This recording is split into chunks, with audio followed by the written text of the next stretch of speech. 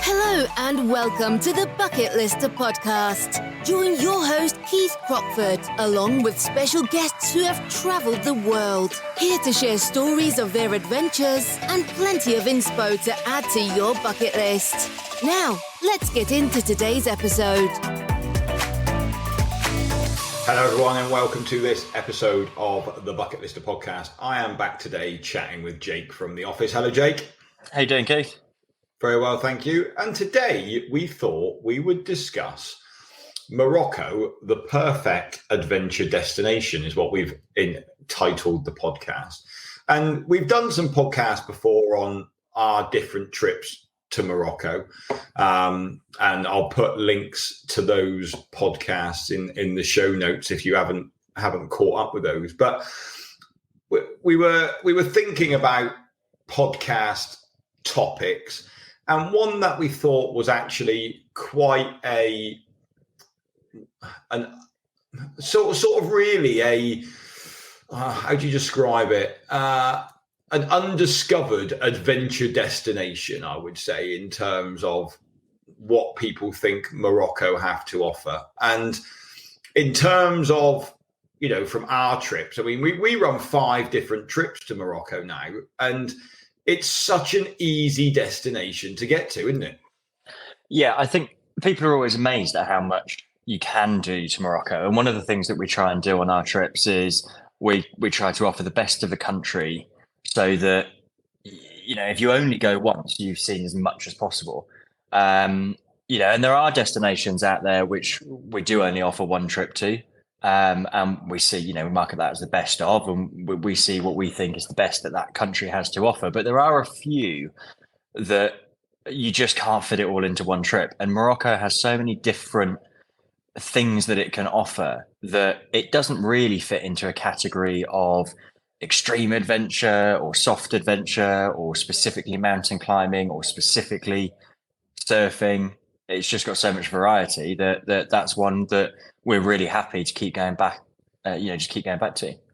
Yeah, I actually just told a lie then, because we've actually got 6 different trips to Morocco. So, but in terms of ease to get to and length of trip, like Morocco allows you to, for anyone to kind of fit in a quick adventure travel trip to Morocco each year. That's kind of how I see it. Yeah, it was before I started working with the bucket list. Morocco wasn't actually a destination that I had on my personal list. And as soon as I went, I instantly changed my mind on that. And I was like, why have I not, or how have I not thought of doing this sooner? One of our favorite things that we like to say is that Morocco is the biggest culture shock for the least amount of air miles. And I think that's just such a brilliant phrase. And it's so true that on a relatively short flight, you land in Marrakech and you're walking around the souks a couple of hours later, and the sounds, the smells of the spices, the spice market, all the people, performing on the streets, selling the food, like it's such an amazing place to be. And then actually a relatively short drive away from that, you're in the peaceful mountains where there's only a couple of little villages, there's donkeys walking past, there's kids playing football. You know, it's just such a completely different country. And then I've not actually even explored the coast. I know that's somewhere that you've been out to. And then later on this year, I'm off to go and do the Sahara Desert. So I genuinely believe that I will have had 3 completely different trips that almost aren't the same country. I think that's the key thing is, I mean, you know, Morocco is, you know, from London to Marrakech, you are just over 3 hours on a plane. I mean, it takes you longer to get to the Canary Islands, for example, and go to Tenerife or Lanzarote than it does for you to get to Marrakech. Marrakech airport is, I mean, it's one of the loveliest airports. I think, you know, it's such a big airport for not a lot of people going through it.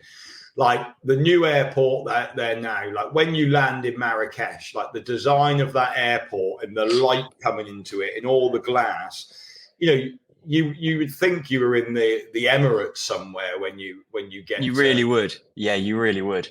It is almost comparable to Doha, Dubai, places like that on a smaller scale, but in design, yeah, exactly. Yeah, it's definitely comparable. It's a really nice entry point. And then, within 15 minutes, in a transfer, you're straight into the middle of Marrakech. Now, for me personally now, I can take Marrakech or I can leave Marrakech. I've spent quite a bit of time in Marrakech, even this year already. And, I love Marrakech in terms of, if I haven't been there for a while, the hustle and the bustle of it all. But, I've kind of, for me personally, I've seen Marrakech now. But it's then when you leave Marrakech, like if you've never been to Marrakech, you will love it. Like the experience of the souks and the food and the square and everything that Marrakech has to offer. And I think that's the other lovely thing about, if we're just looking at Marrakech as a travel destination, it can easily be a weekend destination for people. Like you could get an early morning flight out on a Friday and a late flight back on a Sunday, and you could literally just do a Marrakech experience where, even I thought you were going to say Express then, the Marrakech Express. Express Marrakech. No, but in terms of, a city break to Marrakech is completely possible. In terms of people will take a city break to Barcelona, they'll take a city break to Madrid, all of the other European destinations. And actually for another hour's flight, you could be in Marrakech itself. Yeah. And I think, the important thing with Marrakech is you've also got multiple choices from an accommodation perspective. Like, you could go and stay in a very reasonably priced riad in the middle of the souk, where you could be paying 40, 50 euros a night for the two of you to go and stay. Or you could go and book yourself into the Sofitel or the Four Seasons or somewhere. If you've really got the budget for it, then you could go and stay at La Mamounia, which is supposed to be the best hotel in Africa.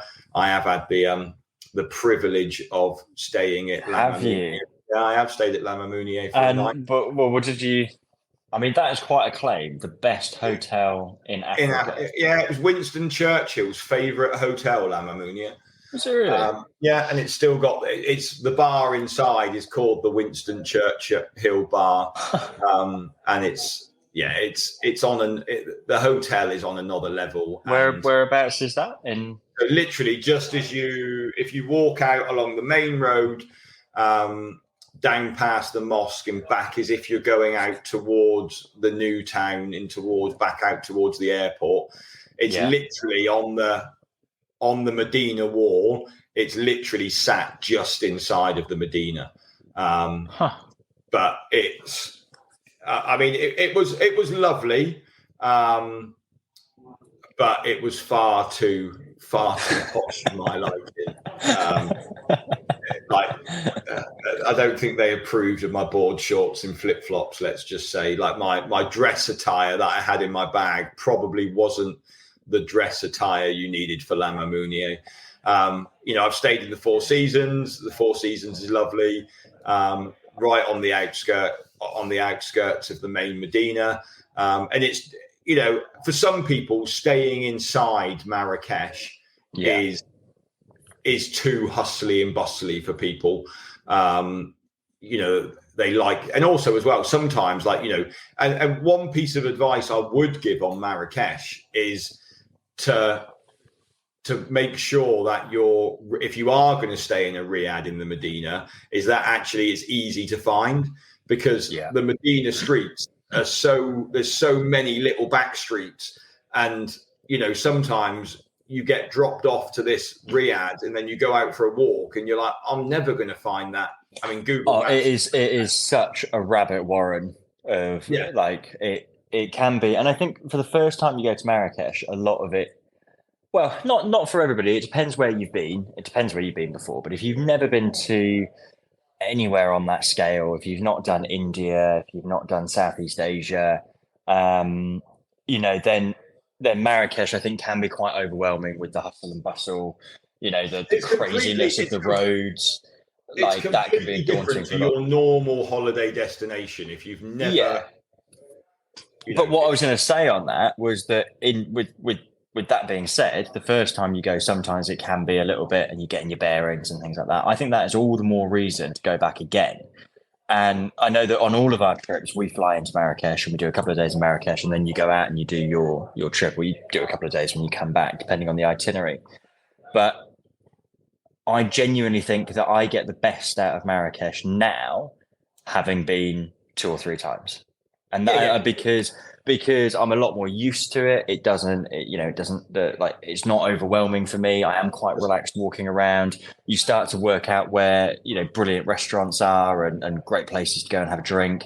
You've got a rough idea of the souks, and I think I have a better experience maybe not better, because the first time I went was amazing. I think I have a different experience now, having a bit of knowledge of Marrakesh. Yeah, and I think the other thing as well is that's important is Marrakesh in the past has had a bit of a reputation about being not a safe place to go to. And I've never felt unsafe as a solo traveller I'm quite happy to walk around Marrakesh on my own. We've had women in our groups who have gone out for a wander on their own and have felt perfectly safe. So I think that stereotype of Marrakesh is not as it used to be. I think it's definitely changing. I suppose that I like when people ask me and they sort of say, "Oh, what's it like?" and things like that. And we get that on all of our trips. I think Nepal is a great destination, for instance. I know we're not here to talk about that, but I've always had groups telling me how safe they feel there. With Marrakesh, I kind of just say it's like it. I've always found it safe, but it's like any big city. I wouldn't suggest going anywhere in the world on your own down the really dark back alleys and things like that, and clutching £1,000. But like, with that being said, I've never had any problem going for a drink at a bar and leaving my phone on the side and things like that. So, wherever there is a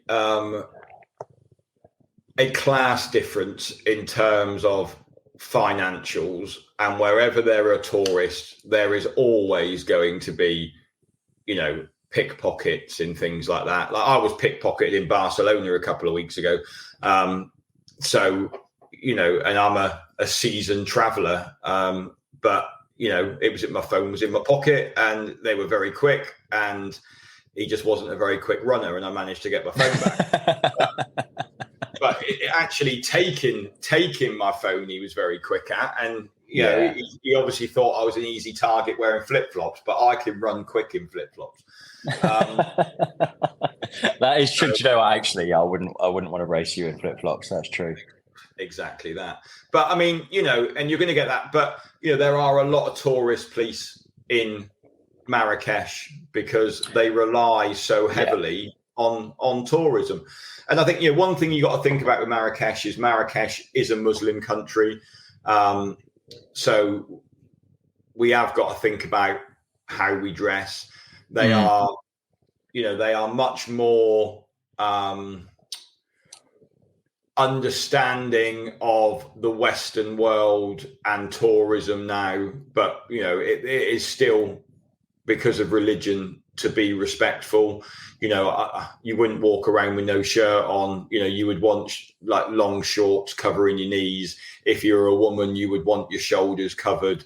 Obviously, now Marrakesh, or Morocco as a whole, has got a very modern cosmopolitan feel to it. Like as soon as you step out of the Medina and you go into the new town, there are nightclubs, there are casinos, there is alcohol available now. Like alcohol always used to be available outside of the Medina. You couldn't get alcohol inside of the Medina, but there are bars and restaurants now around the outside of the Medina that are are serving alcohol, and you can go to a bar, and as you're wandering around, people will be, if they spot that you're a tourist, they understand that you're probably going to want to go and eat somewhere where you could have a glass of wine or you could have a beer, and they are going, we've got, and generally they'll have it on different floors. So they'll say on the terrace upstairs, we have alcohol, but if you sit downstairs overlooking the square, you're not going to be able to have a beer there. But if you go up onto the terrace upstairs, then you can have a beer. So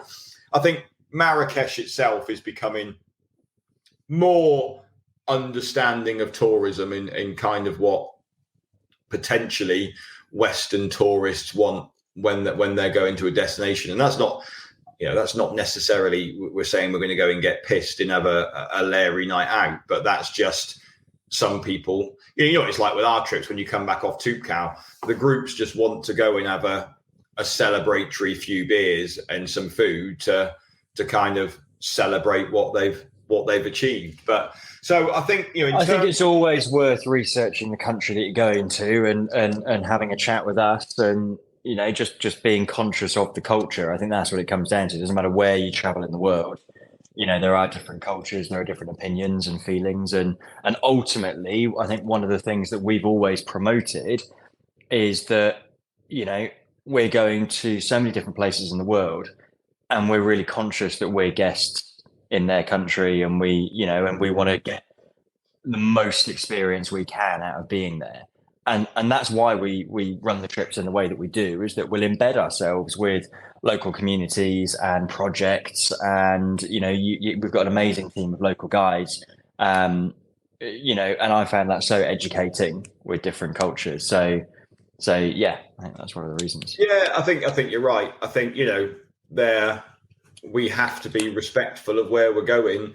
And, I mean, just touching on that subject for a minute, I remember having a conversation with somebody with regards, this is in, Nepal, and it was about how the yak drivers treated the yaks, and I'm like, yes, yeah, you're right. And I know, and what we've just witnessed was wrong. Like, you shouldn't treat animals in that way. I completely understand that. But part of it is what they've always done. And it's very difficult. Like, although we don't agree with it and it's the wrong thing to do, and it's the same with litter everywhere, isn't it? Like, you go to some foreign countries and they just throw litter on the floor. They don't understand that there is a litter problem in the world and a plastic problem in the world. And, we've got to try and educate them. But our opinions from how we live our lives in the UK that's not what their opinion is where they are. No, there's a couple of projects that I can think of off the top of my head which are happening in countries that's run by local communities in terms of education and educating people on single-use plastics and stuff like that. And rather than being really vocal about it in the moment, I tend to encourage people to support projects like that, because it's going to come across a lot better being educated from those groups. From a local's perspective rather than from our perspective. But back onto the topic that we've digressed a little bit, but that's not unusual for us. Morocco is the adventure destination then. And we don't want to go too much into detail on like individual detail of the trips, because like you say, for some of these we have already done podcasts on already. And as I said before, I'd put links to those specifically into the show notes if you haven't listened to those ones. But if we just look at the rundown of the trips that we offer in Morocco, obviously we've got a Mount Toubkal and we've got a winter Mount Toubkal. Now, if you were thinking of doing Mount Toubkal, it's the highest mountain in North Africa, highest mountain in an Arab country. And, it's a very good challenge in terms of altitude. You're just shy of 4,200 meters. You do climb a mountain. There is a summit at the end of it. It feels like an amazing trip to go and do. You've got options of how you can do Mount Toubkal. We don't offer the 2-day option. We offer the 4-day option.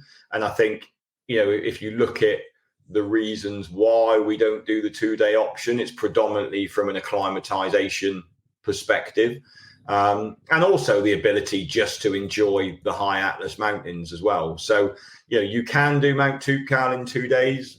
Our advice is not to do it in 2 days. If you've only got 2 days and that's the only time you've got to do it, then obviously go ahead and crack on in 2 days. But our advice and my advice at the Bucket List Company is to enjoy the trek and do it over a longer period of time and have a bit more acclimatization on it. But as I said, there is a podcast on Mount Toubkal, and in terms of when to go, in terms of our normal trip, which we just class as our Mount Toubkal trip, when we try and do it when there's less chance of snow, we're looking at kind of April through to the end of May.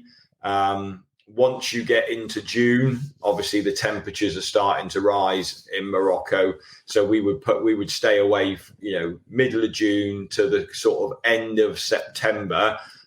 It's very hot in Morocco and in the high Atlas. So I would kind of, stay away from it at that point. Obviously, the higher you go, it's going to get cooler. And once you're actually on the mountain, but the trek up to Imlil and halfway up towards the refuge is going to be very warm during that time of year. And then likewise, then you're probably looking at from the middle towards the end of September, then through till sort of the end of October, beginning of November, you might start to see some snow. If you get some snow, like you can hire crampons over there, it's not an issue. But then we do our winter trip, which we generally run in a February time, which is hopefully then when we would have the good snows, and you would be looking to be wearing a helmet and a pair of crampons and having an ice axe and doing it that way. So if you had done some winter mountaineering in the UK, or you were looking at sort of improving your winter mountaineering skills, then the winter trip might be one for you to look at as well. So that was Mount Toubkal. Then we've got our Sahara Desert trek. Again, you're looking at kind of February, March, late November, late October, November for that one to run, again because of the temperatures. That's an amazing 9-day trip, 5-day trek, super easy trekking. Obviously it is even still warm in the Sahara, even it can be warm in February, March time.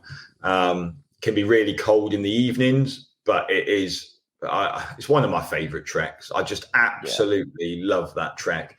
Like the night skies, the no light pollution, like camping out. Like we've got Berber people with us. We've got the camel tears who like bake bread in the sand. And again, I did a podcast with Dave Blower, one of our guides on the Sahara trip. And if you haven't listened to that one, then head back into the podcast now and pull that one out and give it a listen, because it's a really good episode that puts that trip into real perspective, and hopefully we'll have you adding it to your bucket list. So that's the Sahara Desert trek. I mean, and I think the thing is as well, what you've got to think about when you go to Marrakech, there are loads of people selling you trips to the Sahara Desert, and actually the desert begins just outside of Marrakech in reality, but that's not the real Sahara Desert. Like you've got to take a fair drive. I mean, we are literally, when we run our trek in the Sahara, we are literally almost on the Algerian border.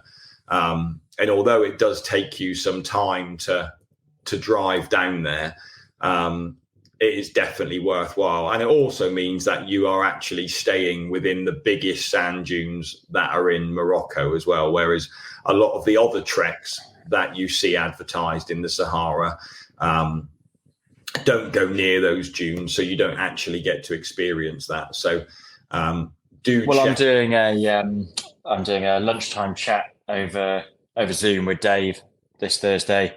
So anyone who's interested in kind of asking questions and jumping on that, then yeah, this Thursday, so I think tomorrow when this comes out, we'll be chatting with Dave. I'll be talking all things Sahara. All things Sahara. If I'm available on Thursday, I might pop in on that one as well and give it a listen, see if I can learn something from the old man myself. And then so that they're two trekking trips that are obviously, one's climbing a mountain, one's trekking across the desert. If you would love to do a trekking trip, but you don't think you're kind of fit enough to be climbing a mountain, then definitely check out the Sahara trek, because it is amazing, and the trekking isn't too difficult. And one thing that I will say about the Sahara Desert is it's not all sand. Most people think you're going to be spending 5 days trekking through sand, but the majority of the Sahara Desert is actually rock. It's only the sand dunes, which we don't walk through the sand dunes. We kind of camp underneath them. And then in the evenings, then you can climb them and watch the sun set and the sunrise in the morning. So don't think it's a 5 days of, going through loose sand, because that certainly isn't the case with the Sahara Desert. Then we come on to a completely different trip that we offer. And again, I did a podcast with you, Jake. We did one a couple of weeks ago on the whitewater rafting trip that we do. Yeah. Now, that is just stunning. I'm not going to go into too much detail about that.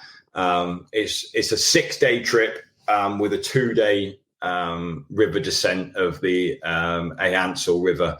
But you get to see some stunning scenery that nobody else is going to be seeing unless they are rafting down that river. So again, very few people, which gives it that bucket list tick to actually go and achieve that and see it, because not many people go rafting down that river. But it's just, again, so lovely, camping out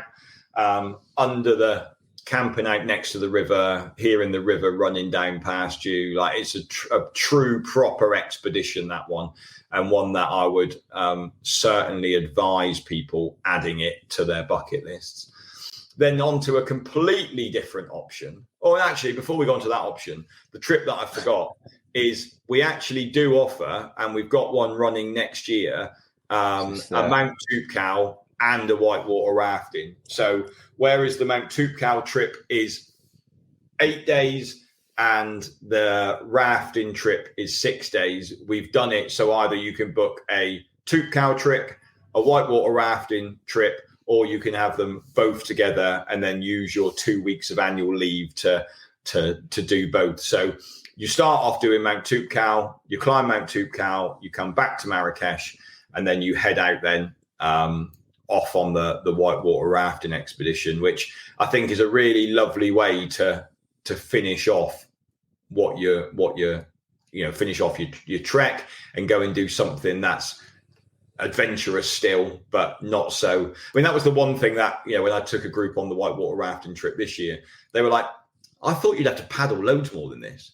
Like they were, they were like, because you only really paddle to maneuver the boat around the rapids. If you've got enough water going through, then, the boat just naturally floats down the river and you just kind of steer it. So it's not as strenuous as the majority of people think.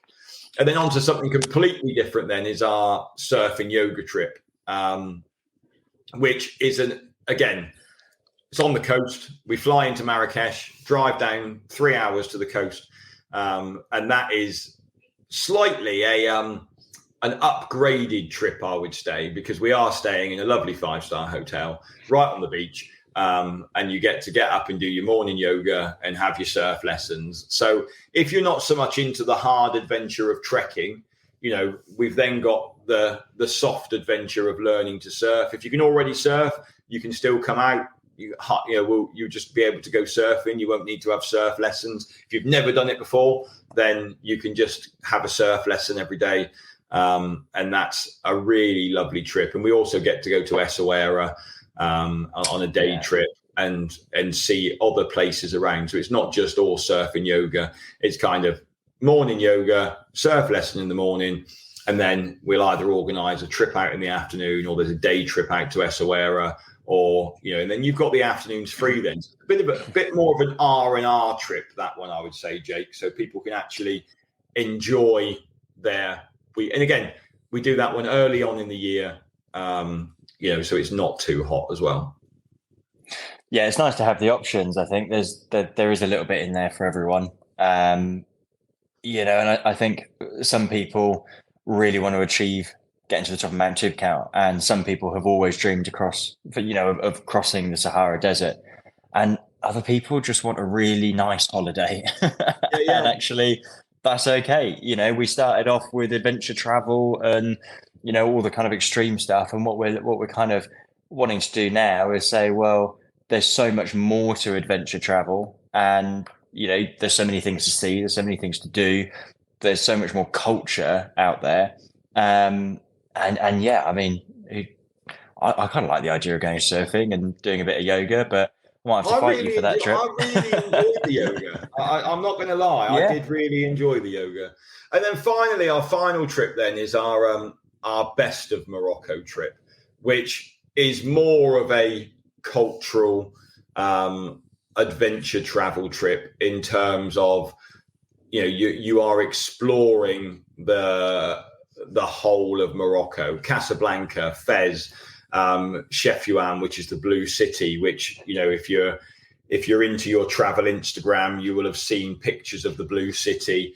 Then it comes down to the Sahara, then up to the high Atlas Mountains, and then finishes then in Marrakech. So it kind of does a bit of a loop around Morocco and gets to see all the best bits Morocco has to offer. And then on top of that, then we also offer onto all of our trips, we have an Essaouira add-on, which you can then bolt on to the end of your excursion, which is a 4-day trip down to Essaouira, where you can have some free time. Again, you could book surfing lessons, you can learn to windsurf, you can explore Essaouira, you can just chill out if you've just climbed Mount Toubkal and you just want to relax and just have some time on the beach. But it's becoming quite popular, that extension now. Quite a lot of people. Well, I think if you're struggling to choose between the type of getaway you want, and and if you are toying between going and doing Mount Toubkal or crossing the Sahara Desert, but then you also really want to feel that you've had some R&R and you're not going to come back, if you feel that after a week away doing one of those, you're going to be exhausted going back to work and you haven't really had that time to recover, then Essaouira, adding it as an extension, is kind of like the best of both, because you get your adventure holiday and then you can go, and Essaouira is lovely. It's lovely beaches, it's really nice hotels, and you just get both, really. I think the advantage with adding the Essaouira extension on is if you've done an 8-day Toubkal trip or a 9-day Sahara trip, like those extra 4 days are just building you up to a 2-week holiday in essence. So you kind of feel like you've had some time away at that point. I think some people will do a Mount Toubkal trek, or they will do a whitewater rafting trip as an extra to their holiday that year. So they've already got another trip that might be a 2-week trip. And then this is going to be just a 1-week trip. But you've got those others who are going to use the Toubkal trip or whatever as a 2-week. And some people, like more people, are booking, they're flying in and having additional days in Marrakech to what we're putting in the itinerary. So they'll fly out, have a couple of days in Marrakech before we arrive, and then join us that way. So actually they're getting that more time to discover Marrakech than what we're putting in the trips. They want to be there for a few extra days, and that's amazing that they're doing that. Yeah, absolutely. So I think, and then when we are looking at other trips in Morocco as well, because Morocco offers some brilliant mountain biking, so there are plenty of other adventure trips that we could be offering to Morocco, and maybe they could be some for the future when we're adding more and more trips. But I think as a destination, Morocco has so much to offer in such a short flight time, which, and let's be honest, these days, like the biggest chunk of money for the majority of trips is the flight cost. And if we can do a short haul flight, which in reality, Marrakech still is classed as a short haul flight, like it's not a £1,000 flight to get to South America, or, you know, you're in for £350 flights seem to be for Marrakech at this sort of time of year with baggage and stuff now. And all of the main carriers fly into Morocco. So you can do a Wizz Air, EasyJet, a Ryanair. You've got the budget carriers that are going there. Obviously, BA go there, Air Morocco go there as well. But again, that would push the cost of the flights up. But it's a very easy destination to get to. There is loads to do there. And if you haven't been, or if you haven't been there and completed some adventure, then I think it would be one that I would definitely be adding to your bucket lists if you haven't done it. Wouldn't you agree, Jake? 100%. Yeah, it's a destination that I'm really looking forward to just going back all the time.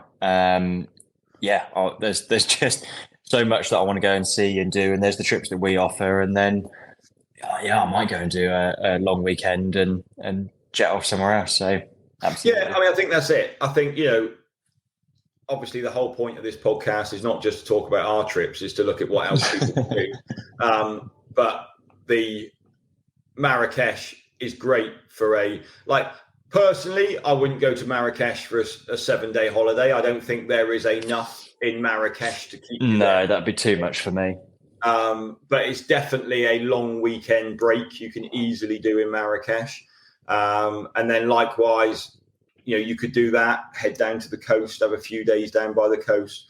But, you know, if you do like your adventure and you do like your scenery and you do like getting out into the wilds a little bit, then, you know, you can't get much more wilder than the Sahara Desert, or, you know, whitewater rafting down the mountain. We literally, when we spent 2 days whitewater rafting down, we saw 3 locals, and that's all we saw in 3 days. You don't get that anywhere. Like it's just amazing. Likewise on the Sahara Desert, you bump into a few Berber people. I've never seen another trekker in the Sahara Desert, and I've done that trip 5 times now, and I have never ever seen anybody else doing what we are doing. It's our group out there, and that's it. I've heard of other groups, and you know, there was a guy who I took to Toubkal just over a month ago now, and he flew in early, did the Sahara Desert with a local operator, came and did Mount Toubkal with us, and he turned around and he was like, yeah, it was good, but there were so many people. Yeah. And that's something that, like you say, that just comes from over tourism again, and it's kind of, they're booking, like, it's the shortest drive they can take to get you into the Sahara Desert. Yeah, and they're building camps there, and everybody is staying in the same place, and it's just a day tripper thing out of Marrakech, and obviously that's not what we are trying to for our groups to do. You know, we want to be, if you're going to the Sahara Desert, let's actually get into the middle of the Sahara Desert. Let's actually go and climb the highest dunes that are available to go and climb in Morocco. We don't want to be trekking with loads of other people who are having the same experience. We want to give our guys a different experience. So if you are thinking of doing something like this, do research what it is you're booking, to make sure that it's going to kind of suit your end goal, if you like. Because, you know, if you are one of those people like I am, who wants to be trekking without loads of people around me, then a lot of the trips that are on offer are not going to provide you with that experience. So just double check when you are looking what it is you're buying. But anything else to add about Morocco as an adventure destination, Jake? I think just get started as quickly as possible. That's my only regret with going to Morocco, is that I didn't do it sooner. And, you know, I think if I had, then I definitely would have been coming back and ticking the rest of it off. So I would have just given myself more time to go and visit. Yeah, I mean, I always get a pretty dirty look when I go through passport control in Morocco, because there's that many Morocco stamps on my passport that I think they think I'm, I don't know, a runner or something going in there. I've got a new passport now, so hopefully that will stop. But yeah, I mean, as a destination, I absolutely love it. And as an adventure destination, it is just super easy to go and do and have a trip out there and do something. So whether you're heading there for a long weekend, whether you're going in trekking for a week, whatever it is you're doing, then I would certainly make sure, if you haven't been, add Morocco to your bucket list. And if you have already been and maybe ticked off Marrakech, then go back again and see what else Marrakech has to offer. I think that's my advice. No, completely agree. Well, thank you ever so much for listening, everybody, today. It's been, we tried to get this in half an hour, but we've managed to blabber on for 40 odd minutes. I will put all of the different trips and links to the trips and itineraries that we run into the show notes. And I will also put links to the previous podcasts where we talk about the Sahara, Toubkal, and the whitewater rafting trip as well. So you can go back and familiarize yourself and actually have a bit more information on those if one of those did float your boat and you want to get that ticked off. But until next week, thank you very much. Goodbye. Thanks for listening to this episode of the Bucket Lister podcast. Be sure to click follow to be alerted for next week's episode. For more travel inspiration, check us out at www.thebucketlistcompany.co.uk or follow us on socials. See you next time.